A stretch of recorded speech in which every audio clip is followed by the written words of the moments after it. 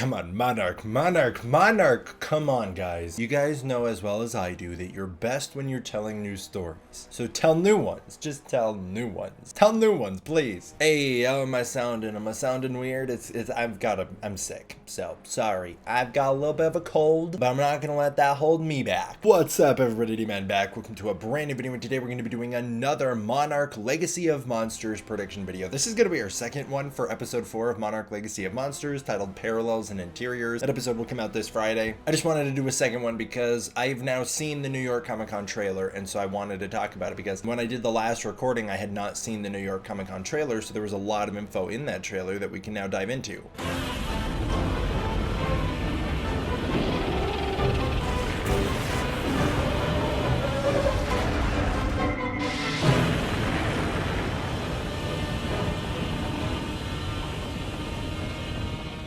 Alright, so just going over my general predictions, they really haven't changed that much. I'm still kind of thinking we're going to get the same stuff that I thought. I think this is going to be a slower episode leading into the mid-season finale. I think that it's going to deal with lots of flashbacks, that the flashbacks are going to parallel the modern story. My prediction was that we were going to see Randa and Keiko kind of leading Monarch. If you don't remember, go check out the last video for more in-depth stuff. We're going to flash forward a couple years, starting to see the relationship between Shaw and Randa getting strained. That's at least my guess anyways. As much as I would love for them to return to the Philippines, I don't know if they're going to, but here's a reason I think they should, is because I have a feeling that the ionizing radiation from episode 2, that weird band of light dancing in the sky, is going to become relevant again here, and so I would hope that they do touch upon that. That'd be very interesting anyways, if they go back to that Batmuto, which is just kind of out there. And then I did think the modern gang was going to spend the entire episode in Alaska. I thought there was going to be some flashbacks to their pasts and showing a bit more about Kate when she's in San Francisco, probably some stuff with Hiroshi and May and their relationship and where it all fell apart, maybe some stuff with May and her backstory and how I think, according to her character bio, I'm pretty sure she like worked for British Special Forces or something, so I think we may see a bit of that going on. And then some stuff where like Tim and Duval are trying to race to catch our guys before Verdugo sends the rest of Monarch to get them. In the New York Comic Con Legacy of Monsters trailer that dropped, we saw some new information, gave us a bit of a better indication of where things are headed in this show. I still think that it's going to be a very human-driven episode, but I do think that they will have multiple Muto encounters now. I think that Mole Muto will show back up and he will be a prominent member of the plot. I think the episode will begin with a chase sequence where the gang has to basically outrun and outsmart that guy in order to escape him, and in order to continue with the Tremors theme, which the design kind of builds in the first place, I think that it's going to have some sort of weakness relating to line of sight, like maybe it can't see them if they hide behind objects, or maybe because it comes from underground it just can only feel vibrations and that's why it attacks things that are larger like the plane, and maybe it'll have a harder time finding the smaller things that are moving. I can entirely see that being the case. I guess I gotta rewatch that clip where it attacks to see if that thing does track motion very well. I think it just follows the vibrations, and I think that it attacks the plane because the plane's so freaking big. But if it's a mole, then theoretically wouldn't it be like blinded by the light of the overworld anyways? It'd probably only be able to see at night if it was on ground. And so I do think that there's a very likely possibility that this Mole Muto, as I call it, is only going to be able to attack them if it can hear them. And so maybe they could hide in Hiroshi's camp, or maybe they run up a mountain and hide on some sort of rocks where it can no longer hear them. Although if you're going with the Tremors of it all, then hiding on rocks is actually not the greatest idea because it can still hear you through the rocks, so who knows. I also think the shots in the trailer of the gang setting up their campsite at night come from this episode, and I think that's how this episode's gonna end. My guess is that they're gonna make that way to the mountain that Kentaro was seeing flashing on, and I think it's actually where Hiroshi had set up a camp before the previous episode. So I think they're gonna go there, they're gonna try and find out what happened to him. Maybe they will find the way that he contacted Monarch and got off Alaska, because I am assuming that he did make his way off and contacted somebody to come get him, although I do think he is not still with Monarch. I think he's still on the run. Maybe they're gonna find whatever device he used to contact somebody for help, and their only option is gonna be to contact Monarch themselves, alerting Monarch to where they're at. And I think before Monarch arrives, they will be attacked by that Mole Muto again, leading into a big chase sequence where it's gonna erupt through the ground and chaos will ensue, and I think it's gonna really want us to believe that it's gonna kill Shaw, but I don't think it will. I think the episode will probably end with the gang being cornered at the camp by the Mole Muto, only for Monarch to make their only triumphant rescue of the show, as I don't think Monarch is going to be portrayed very kindly in this show. I still think that this will ultimately split the gang up and separate the cast, specifically Shaw from the rest of them, especially after seeing the trailer. It seems like he's going to get separated on his own and wind up dealing with Monarch members on his own, and I think the rest of them are going to wind up separated from him for the next couple episodes. And I think that is going to start here with the way they get rescued. I think multiple choppers will pick up multiple different people. As Monarch arrests the gang, my guess guess is that the Mole Muto's mom, probably something much larger, is going to erupt through the ground, creating that enormous portal we see in the trailer with the giant lights spewing out of it. And I think that Shaw is going to connect the dots here to the ionizing radiation he saw spilling out of that Bat Muto in the sky. I think he's going to connect the dots and realize it's the same lighting he's seeing coming out of this portal, and that somehow he's going to make a connection between these two Mutos and create some sort of revelation on either how to defeat them or how they're linked in some sort of way. There's also a possibility that this hole could very well open up, or at least clue our characters in to the Hollow Earth. Maybe this is what tips them off that there is a glowing underworld with monsters down beneath the world we live on, and that this Mole Muto is one of many creatures lurking below. Or maybe the light itself is beaming up from one of those Hollow Earth portals we saw in Godzilla vs. Kong that don't really make any sense at all. I don't know why that they chose to do that in Godzilla vs. Kong, but those things did kind of create a shimmer of light, and so I could see them creating a shimmer of light here. I think that this episode will probably lead into the next episode where the gang is imprisoned by Monarch. Eventually May or Kate or Kentaro, probably May, I think, is going to escape. I think they're going to free Kentaro. I think May and Kate will escape first, freeing Kentaro, and then they'll all go on the run together, where we see those shots from the trailer of the soldiers trying to hunt them down, and this will lead into some of the stuff we have of them. But I do think that they're going to have help from some unseen outside hand that will not be revealed in the next episode who it is, or the next 2 episodes. I don't think we're going to be revealing who's been helping them. Meanwhile, I think that the episode after the next will deal with Shaw being interrogated by Verdugo, watching the old footage. I think Tim and Duvall are going to be watching over him based on that promotional photo, and I think that eventually Tim and Duvall are going to hear what Shaw is talking about, realize he's in the right, formulate some plans so that they can get him alone and approach him with an offer to team up and get him out of there. And I think that in a couple episodes it will be revealed that Tim was the one who helped our gang escape, and I think he's going to be on our side, and I think that Shaw is probably going to team up with a group of people in Monarch, and I think that group of people will reflect the types of people we've seen in Monarch thus far in the MonsterVerse. People like Sarazawa, Mark Russell, those kind of good-hearted people, even if the team he teams up with is trying to kill the Titans, which I could also see being very likely. By the way, that intro I recorded, it's because I have a friend who's watching this show. I have a friend who also has screeners and is ahead of me in the show. They told me that there are more continuity errors to come, and they gave me a little hint about what to expect, and it's like 4 movies, watch them. You could get that done in one day. Also, I did get a comment on Twitter recently that put it in perspective to me. Why was the freaking Castle Bravo bomb so small? Well, according to the comment on Twitter, it's because in the Godzilla 2014 movie, they refer to that bomb as being of kilotons, meaning in the MonsterVerse, that bomb was not the 15 megaton blast that it was in real life. It was instead some sort of blank kiloton explosion, which actually does track with the 2014 film, and is just not even realistic to reality at all, and is also, as other people have mentioned, kind of culturally insensitive and takes away from the actual impact that the real-life Castle Bravo bomb had, the indigenous people who were uprooted by it, and of course the Daigo Fukuryu-maru, which was covered in atomic ash, leading to the death of one of the sailors, which inspired the original Godzilla in the first place. So there's all of that. Anyways, Monarch, you're a good show. Just keep telling your own stories because you're really good when you do that. I really enjoy it, and I cannot wait to see you tell original stories rather than dealing with stuff I already know. I want to give a huge thank you to my patrons over on Patreon. Thank you very much for the support again on the Patreon. I really appreciate it. It's through the support of the Patreon that I can do videos like this, or even cooler videos for you guys. So if you want to go check out the Patreon, you can use the link in the description below, where you can get early access to content, access to the Discord community, and more. I guess I probably could have gone a pretty low voice in this episode. Maybe I should have gone for the critical. Thank you all for watching. I hope you enjoyed. I will see you guys next time for the next one. D-Man